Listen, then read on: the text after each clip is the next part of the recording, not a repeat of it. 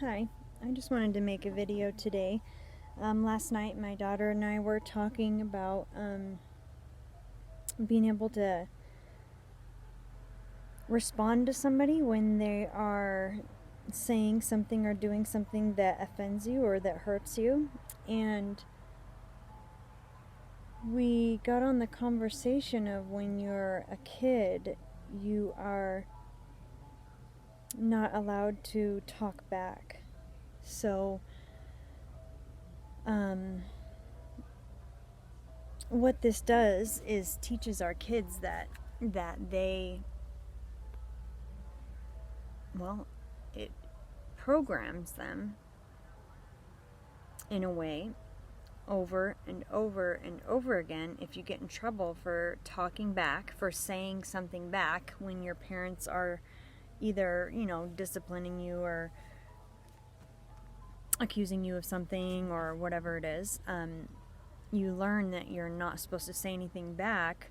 Then when you're older, you're going to have to learn how to do that. This made me think about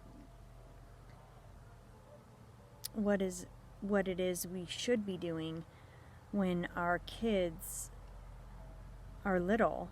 And now, my kids are teenagers, pretty much. And I want them to be able to say,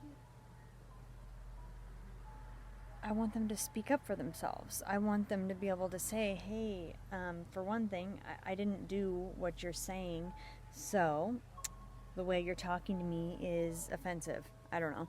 Or be able to defend themselves, But the first 7 years of your life, you are pure consciousness. You are absorbing everything around you. So the way your parents feel, all the times you get in trouble, the way your teachers treat you, everything, you're just taking it all in. And especially with your parents or the person you're with the most, their patterns and beliefs are just sinking into you. So if you think about the kids that are disciplined a lot, the kids that have strict parents or controlling parents where they want their kids to act a certain way, and if the kids act out of these guidelines of what they want them to act like, they get punished, spanked, timeout, grounded, whatever it is, and so the kid might do it again, whatever this thing is that they're doing, they get in trouble again, they do it again, they get in trouble again. So then they learn, okay, I can't do that anymore, right?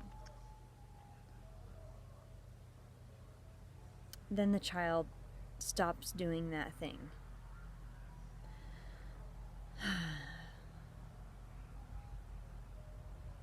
Really, if you think about it, with your kids, you are like God to them.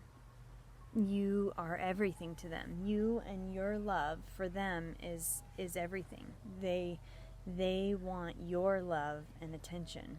And so if they are getting in trouble or you are mad at them, they're going to start doing whatever they can to keep you happy. So this is what creates a person's personality. The things they do to make the people around them happy. Does that sound like what you want for your kids or your grandkids? We're just learning about this, right? We're just learning that these things, at least I'm just learning about these things, how important it is to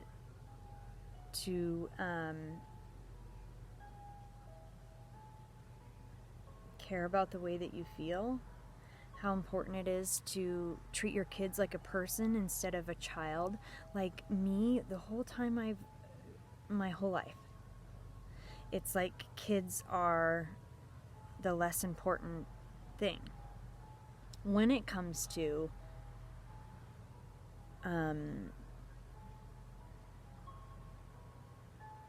let's see.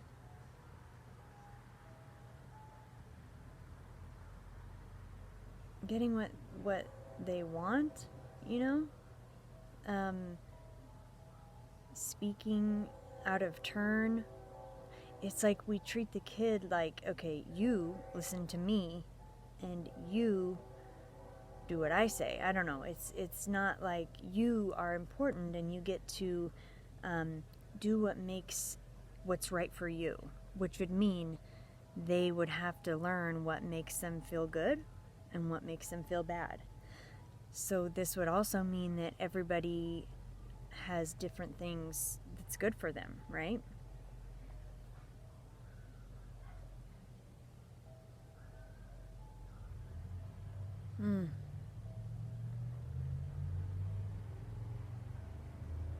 This is something I've been working on myself and with my kids, because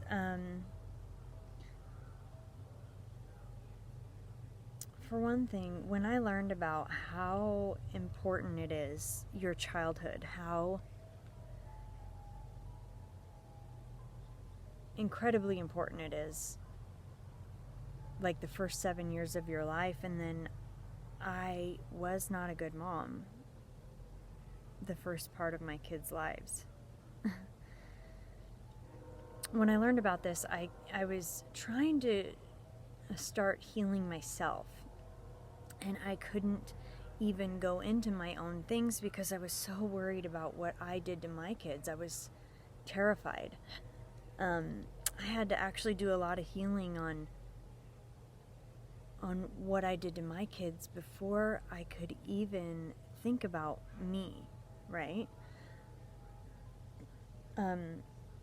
When they were little, I always thought they're too little to remember any of this. There's time. I kept feeling like there's time. There's time for me to get clean. There's time for me to get sober. They're not going to remember any of this.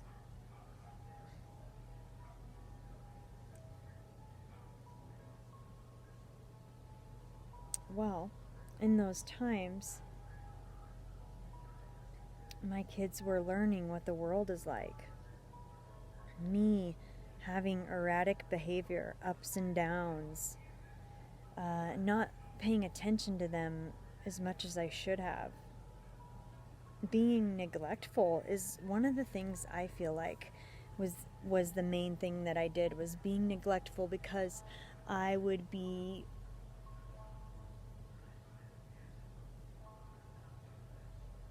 not in the right mindset.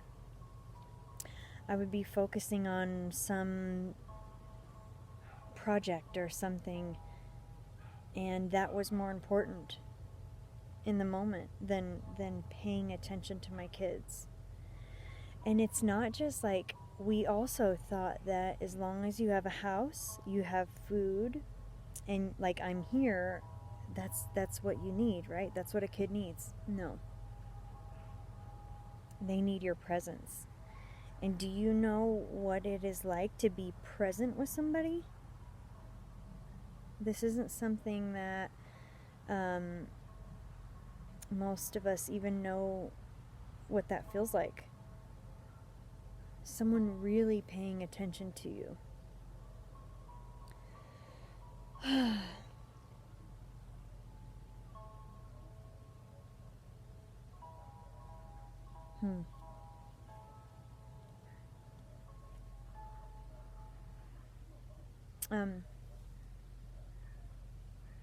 So the kids need your presence.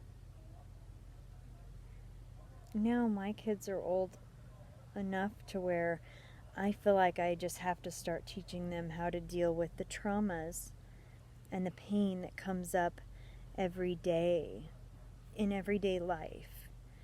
So when these pains come up, I'm trying to show them how to feel that pain, which we have already trained our kids that they're okay, they're okay, they're okay. Anytime you're in pain, focus on something else. Don't cry. So now I'm trying to teach them to allow their pain. Aislinn straight up said to me, no, I'm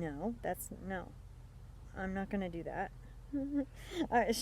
Those weren't her exact words, but it was just like, no, that doesn't sound right. That's not what we've learned. That's not what anyone teaches you.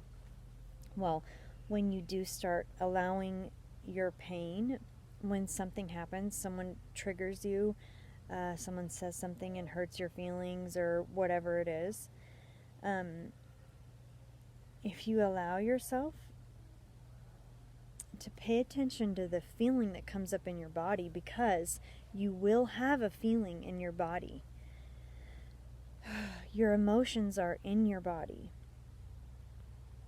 So whatever that feeling is, it could be heat in your face, or like some of these feelings are undescribable, but you will feel it. A feeling in your chest, a feeling in your stomach, something in your throat. So when you get that, instead of reaching for something to stuff the pain, you pay attention to the feeling in your body. And then inner child work is one of the best things I have ever found in my whole life. Inner child work. When you have that triggered emotion, allow yourself to feel it for a while. Allow it to be there without needing it to go away, without trying to find something to make the pain go away. Then close your eyes and ask yourself, when was the last time I felt this? And you'll get a memory. Then you ask, when was the first time I felt this? And if you sit there with your eyes closed, allowing the pain, and just clear your mind will show you the memory, or it'll show you, if you were a baby, it will be an experience, a feeling, and it's always different, because when you're a baby, you experience things differently than you having a memory of your brother taking your doll away and cutting its head off. That's not a baby memory, but you get what I'm saying. It won't be like you seeing a memory play out. It'll be you experiencing something. You could be experiencing yourself in a crib, feeling like no one is ever going to come get you, like you're going to die. Okay? This is a common memory, actually, for people. A traumatic memory that created a belief in a lot of people. So anyways, you see that memory, and then you get to rewrite the story. Once your brain tells you the memory, then you get to, if it was a baby in a crib or something, you get to choose right here, what would make me feel better? What would make the baby feel better? And then you make that happen. So let's make something up. So you make up an angel, comes into the room, picks you up out of the crib, holds you, and you have a feeling and a knowing that this angel is going to be here with you forever. Okay? And then you will notice something will shift. Because you finally allowed yourself to feel the pain, Sometimes that's literally all you need for your life to change dramatically forever, and certain things will never happen again if you allow the pain. But if you do this inner child work,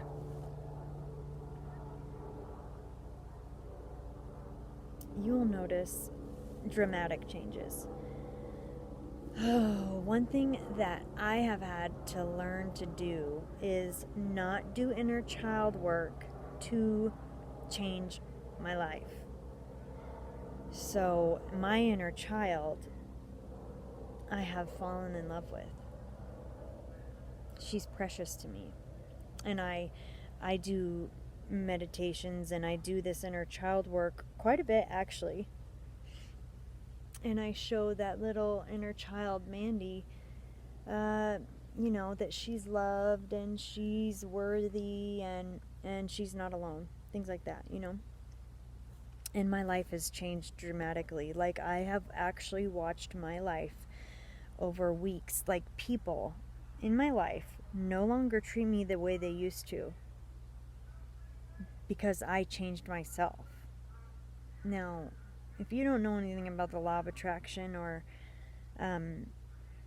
inner work like this, then that might sound crazy to you, but when you start shifting these things, you will you'll notice that people that used to say and do things to you that bugged the shit out of you will not do them anymore.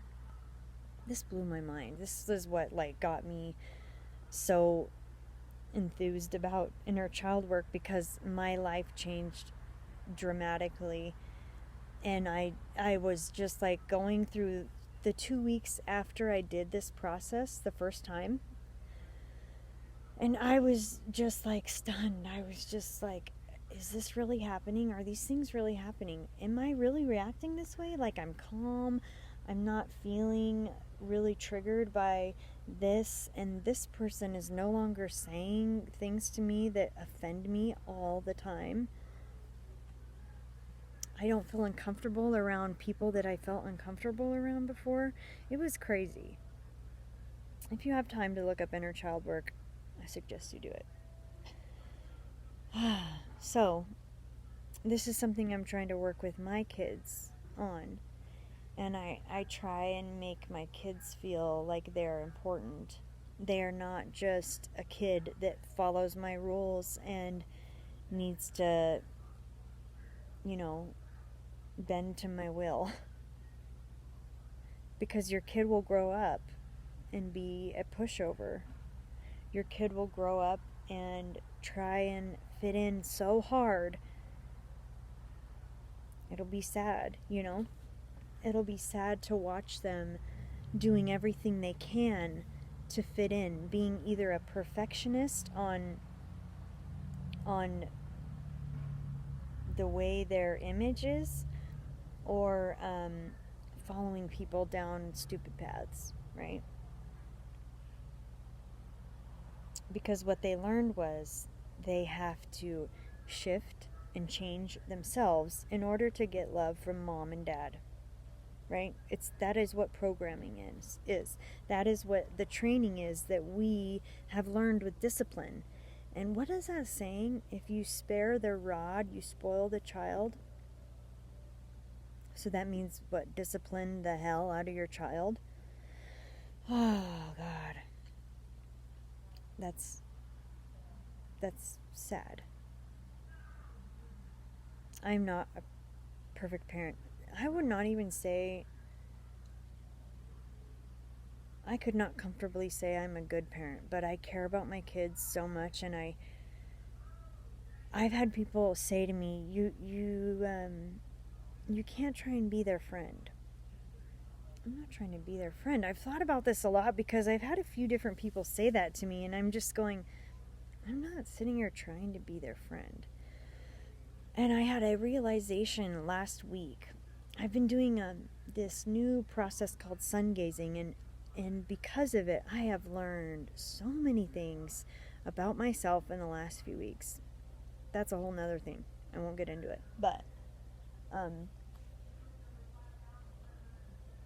I was thinking about this, and I was thinking about trying to be my kids' friends. And every time they said that, I was just kind of like, I'm not really trying to be my kids' friends. I realized, okay, I'm being myself, and I am not a controlling, disciplined,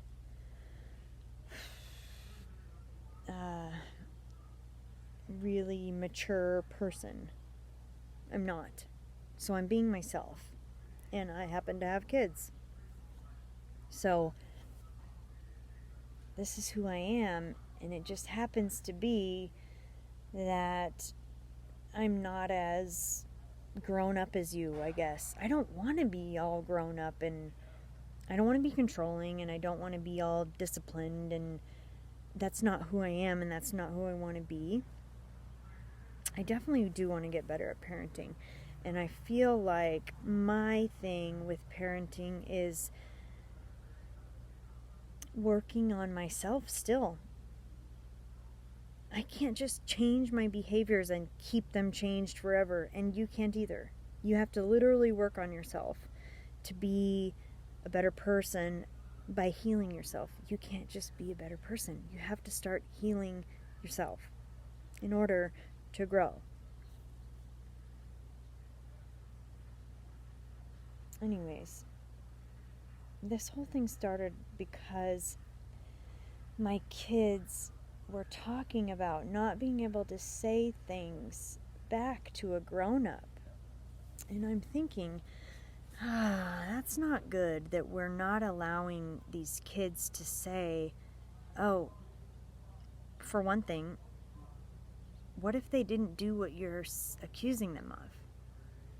And they can't talk back to you. So you're punishing them for something they literally didn't do. That's not good. Do you know how much resentment would build up if you were a child and you had someone dictating to you all the time, talking to you all the time? Hey, baby. I'm making a video. Oh, my bad. But you couldn't say anything back. What time is it? 7:20. It's the sun looks Okay.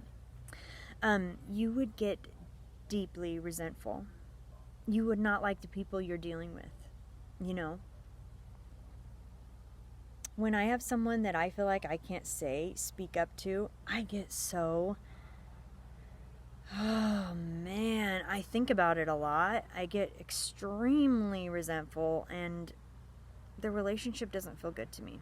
Anyways, I gotta go. I hope you guys have a wonderful weekend.